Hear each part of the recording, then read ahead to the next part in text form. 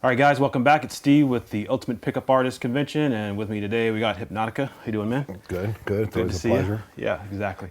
So today, I guess I want to, well, first of all, introduce, I guess, yourself and kind of where you came from, because Okay. a lot of guys might not know who you are. Well, I've been doing this pretty much since the beginning. Probably started in 1998, somewhere around there. And for the last 15 to 17 years, my emphasis has been on inner game and what I call more of integrative game because of the fact that it integrates with social ideas and techniques that can move you further, closer, and become more of who you want to be. So I kind of specialize in that area.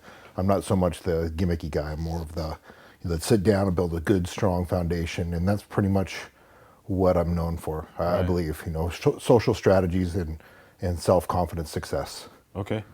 Now, did we, now I remember your story because we've kind of worked together that you originally started working in strip clubs and stuff like that. Was that before you got into the community and becoming better with women, or which came first? Well, it goes back even further than that. Okay.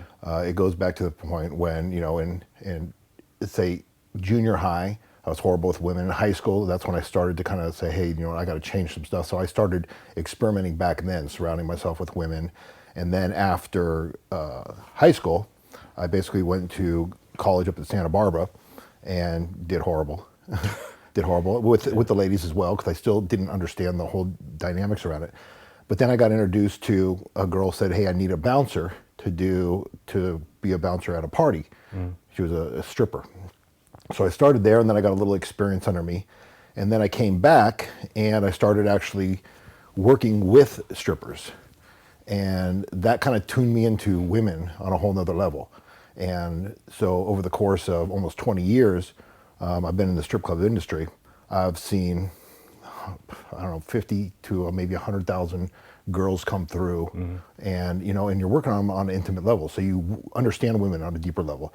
You get to understand different type of sexual dynamics. You're dealing with booze, manipulation, women, sex, money, all those levels, and you can't not learn Right. in that environment. And that environment is easily to cross-contextualize into other areas of life as well, because normal society isn't used to people being direct and upfront and being okay with your own masculine sexual energy, which 20 years in that, it pretty much forges you to that's a lot of who your character is. Right. So I kind of bring that dynamic as well. Okay. And so, what caused you, I guess, to get into the seduction community and study that stuff? The seduction community basically got into us. Oh, okay. We were around doing this before, and we worked with, just a few guys that were really wanting to do this. There were no stuff. There wasn't stuff out there. Yeah. You couldn't go there. They didn't have seminars. They had, one person who I'm not a big fan of, but we'll talk about that right now. Yeah. But that's kind of like the first lead-in. Okay. But we were already kind of exploring on different levels. It was just there was one specific thing that was out there. So we kind of looked at it.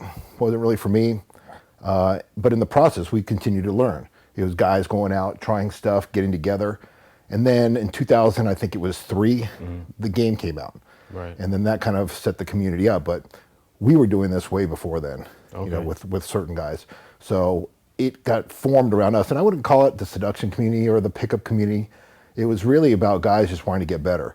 And that's where it started from. Right. And then it got, marketed, and then everything went askew. And Crazy, yeah. it went crazy. And, every guy who's, been with 5 women is now a pickup guru and trying to teach it. And that's, that's where I come in. That's what the nice thing about what we're going to be doing at this seminar is if you look at the people that are talking, you got Matador, Tyler, you got Arash, Kino, 5000, and a skew of others that are just been around.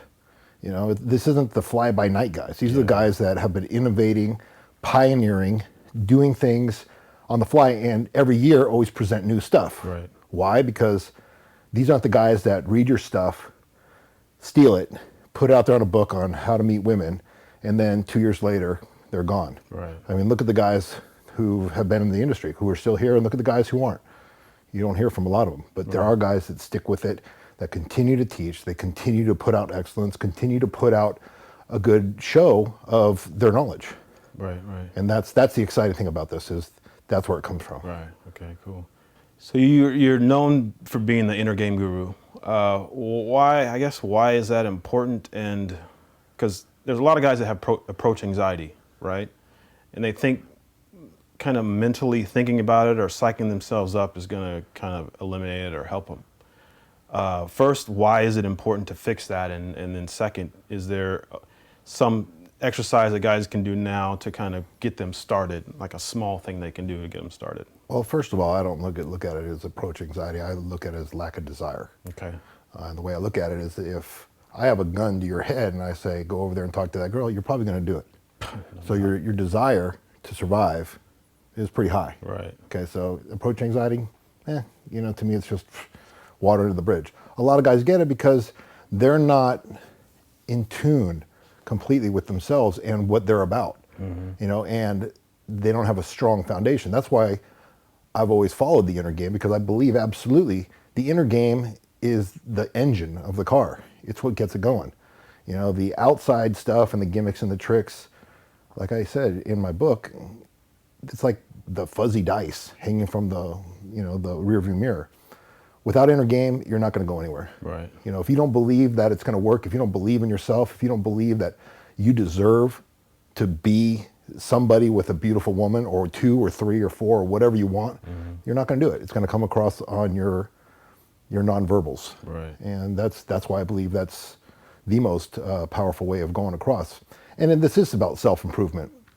You're not going to get a little thing and all of a sudden be a pickup artist, whatever, if that's what you want to be, overnight. This is about constantly evolving. That's why I even like going to these things. I don't believe in a lot of the pickup stuff or what some of the guys are teaching. However, if I learn something that I can add to my arsenal or my toolbox or my knowledge, then it's worth it for me. Right. And that's the nice thing about that.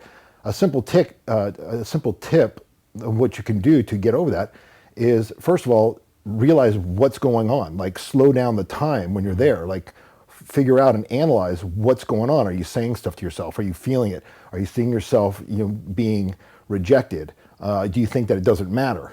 First analyze that out first, and then do something. I always say baby step it, and do one little thing. Like, what is one thing you can do? May not get you all the way there, but what's the next step to get there? It could be simple as, like, okay, you see a beautiful woman, you want to go up there and say, she's gorgeous.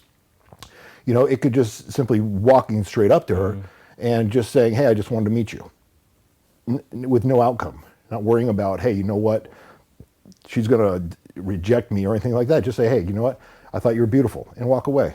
A lot of these guys say, oh my God, she rejected me. And you're just beating yourself up. Like, it's insane. Yeah. And it's also insane to think that, the guys think, oh, this one girl rejected me, there's not enough women. Man, there's 3 billion women on the planet, 3 billion. And I tell guys, especially lately, do you know what that number is? Like, if you think of seconds, there's, how many seconds are in a million? I have no idea. It's roughly around, I believe, like 12 days. Okay. Do you know how many seconds are in a billion? 27 years. Jesus Christ. Times that by 3, and then you got the amount of women on this planet. Shit. So if you just take something small, like America has 300,000, or 300 million people living in America. 300 million. If you just go and take New York City, imagine that everyone in New York City is just a girl. And that's only a small percentage of America. If you can't see abundance there, like walking in your city and just seeing women everywhere and take all the guys out, you're out of your mind. Right. So they got to keep that it's not a big deal. There's so many women out there. Out of 3 billion, you don't think you can find at least 100,000 that would be perfect for you? And that's what you really want to tune in. You don't want a girl just to go get her. I think you want someone who's going to be tuned in to what you want, that enjoys the things you want, that you're going to have a good time with. That's where it matters. That's where it counts. That's where it feels good, where you want to hang out and develop multiple relationships, if that's what we want. You don't want to hang out with some girl who's got a bad attitude, and she may look pretty on the outside, but she's got a bad attitude or things like that. Think of yourself as a archaeologist, like Indiana Jones in the Temple of Women Dome, whatever. Like, it's going to be an exploration, and you're going to have to go through those trials and tribulations. And I tell guys, if there was a treasure and it was 10 feet below where you're at right now, but you had to dig through the cement and all the bullshit and all the rocks and things to get there. Would you do it? And they say, yeah. And I said, okay, cool. If there was another treasure beneath that 10 feet, and it was the same stuff, would you continue to do it? Yeah, it's the same thing. If you knew if you were in the field with cow shit everywhere, and you knew that under every 10th cow shit, there was a coin of gold, but you picked it up and there had to be a bunch of bullshit. There could be spiders and all kinds of things. Would you pick those up to look for them, to get the gold? And if the answer is yes, then good. Then you're the type of person who will do good in this. If you think it like every single one you should pick up, there should be a gold there, or you dig 1 inch and you should find a treasure chest, then you're going to fail. Right. And that's what inner games is about, is understanding that this is a means to get better. Not only in this, but in life. We have that confidence here now, you can expand that to your business, you can expand it to your family, you can expand it to everywhere you really want to. And that's what this is about. It's about self-improvement. So I'm hearing you say it's almost like a numbers game. So many women, and it's not about getting everyone, it's about getting the one. Well, I wouldn't say the one. I'd say, maybe it could be a group of them. Yeah, yeah. But the one that you can get along with, not every girl. You don't want every girl. Well, some guys do, but it's not realistic. Yeah, yeah. Gotcha. I don't care who you are. You can go up there. There's going to be girls that don't even think Brad Pitt's good looking. Yeah. And so it's just not realistic. Okay. So you have to build up it's almost like a callus to not worrying about other people's judgments on yourself. Right. Because it doesn't matter. A friend of mine that I do this Master Series membership thing, he talks about it, and he said something very interesting. He said, look, it's not personal. When you go into a store and you pick Cheerios, you didn't reject the Captain Crunch. It's just not your taste. Yeah, yeah. And that's the same way it is. It doesn't matter. They're not rejecting you. It's just not their taste. And all these guys think all of a sudden all their issues come up about they're not good enough. It's like, that's ludicrous. Right. So it's about building a healthy mindset about who you are, what you want to create. I don't want to say attract, but create, because it's more proactive. And if you get that in a line and integrated with who you are, then you have that peace, you have that understanding. And I'm a little older now, so I've been through that. I've done all the crazy stuff. And now it's a matter of just really being at peace and enjoying the life you have, and looking back and going, it was a journey to go through all those situations. It wasn't always easy. There was times where you got, you're like, damn, man, I'm on a dry streak. It's not about who you are. It's just about the circumstances or where you're at in the universe at that point in time, or the type of women you're around or with. But the point is, can you get to the point where you're completely content? Right. And enjoying the lifestyle that makes you happy. Right. And that's success. So let's talk about the lifestyle now. So, we were talking a little bit earlier, and you got the ideal lifestyle. Talk about like your girls now and what you have going on. And I have a lifestyle that I want to create. Yeah. I have a wife across the street. I have a girlfriend. They know about each other. One likes to go out there and bring other women, but it's what I've created. And I've had lots of women at one point in time. But to me, my balance point where I feel absolutely is 2 close ones. 2 that I can share time with, I can enjoy their presence, and things to that nature. So that's what I've created. Like, I don't need to go out downtown. Like, I feel absolutely 100% content. I know if I go out, it's okay. They both understand it. Right. They understand that part of me, and that came from basically me knowing what I want and going through lots of experiences, some that were good, some that were bad, to figure out where that balance point is, to where I'm at. Some guys like 3. Some are absolutely content with just 1. But you have to know thyself. Right. And you're not going to know yourself and what you really, really want unless you go out there and you throw yourself into the fire, and sometimes you get burned. Right, right. But that's the trueness of it, because it's not coming from theory, which a lot of these guys are. Like I said, they've been with 5 girls, and all of a sudden they're the next big Pua star. This has been going on for almost 5 years. Yeah. And then, so this is real education. Like, I don't really know, besides Johnny Saporno, who lives that kind of lifestyle and can actually teach it and say, look, these are the challenges you're going to go through. This isn't about, a guy who's got 1 or 2 girlfriends on the side and all of a sudden he understands polygamy. This is like real stuff, and it's not always easy, but it's worth it. Right. All right, so you're one of the headline speakers at the 2013 Ultimate Pickup Artist Convention. So what are you going to share with the guys there? Kind of what are you going to be teaching? I'm going to be teaching something new. Okay. And it's always new. Yeah. You know, like I'm one of these guys that every year I'm going to go out there and experience and explore new things. I'm going to have new viewpoints. And this is another reason why I respect a lot of the guys that are there, because they go out there and they pioneer. Mm-hmm. They come up with new angles, new concepts, new ways of thinking to help other guys get it. Maybe one from last year wouldn't work, but maybe one from this year would. So I always kind of like to leave it up in the air and never present the same thing twice. So I'm kind of keeping it a secret just because I want to. Because when I get out there, it is fresh and it is new, and you know, people will probably take it afterwards and use it. But like, to me, it's like I want to present something fresh, and no one's going to have that understanding unless they go there. Because to me, the people that go to those things are the ones that are committed. Yeah. You know, if they work it and they learn and they understand and they know that, you know, if they get one gem here and one gem there and one gem there, it's going to be good, and they're going to start to progress further. The people that just, like I said, come in and just think they're going to get it all once right away and they're going to leave and be, you know, Don Juan, you know, they're deluding themselves. Yeah. But you know as well as anyone, let me ask you, with everything that you've learned over the years, you know, how many and how well has it integrated now with your overall viewpoint of life and things in general? Well, I'm like you. If I hear one thing, I can kind of tweak something. Yeah. So there's a lot of stuff that comes in, and you know, it doesn't fit my personality. Like when I first started, I thought the whole indirect thing was the way to go, because I had never heard of you going indirect to a woman. You know, because I grew up with guys that were straight direct. You know, went up to girl, you are gorgeous, you are adorable, and they would get a lot of women. Which works. But then I got into this. That must be the new thing. That must really work. But then when I got into it, it didn't.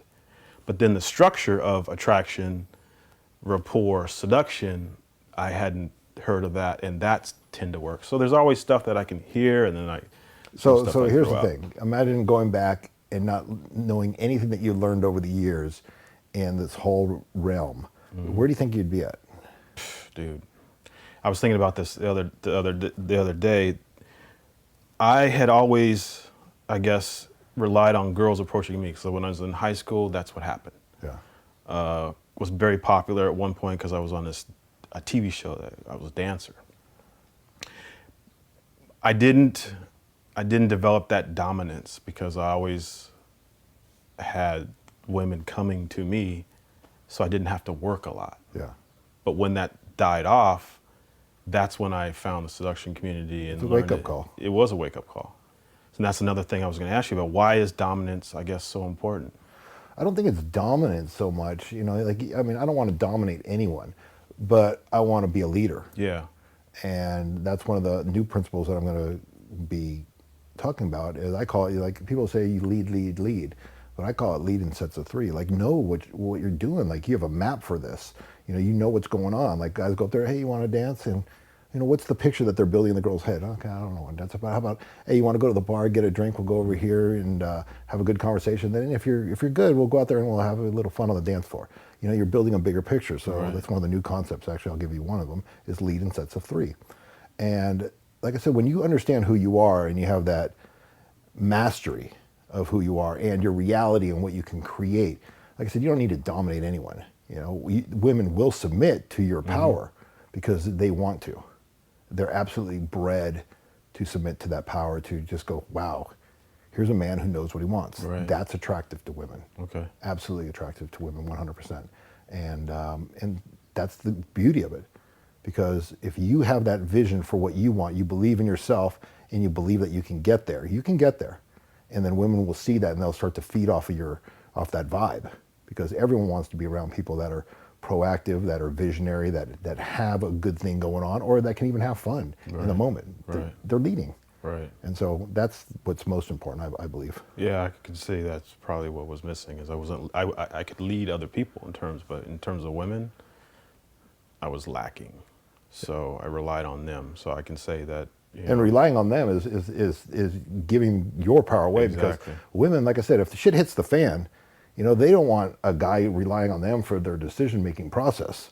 You know, women are going to look to you and go, oh shit, like, shit's going down. But what are you going Right. to do? And you go, I don't know. What are you going to do? Like, women don't want to be in that situation. Exactly. You know, they want a man who's going to say, get over there, Yeah. get behind me. This is where we're going. We're going to go do Right. this. And women are like, all right, cool. If you believe in it, right on, man. But they don't really teach that. Great. All right. Well, this was a good interview. Cool. Appreciate you taking the time. Yeah. So if you guys want to attend the Ultimate Pickup Artist Convention and hear Eric speak and his new concepts, go to upuac.com or click the link in the description box of this video. And we'll see you guys later. Cool.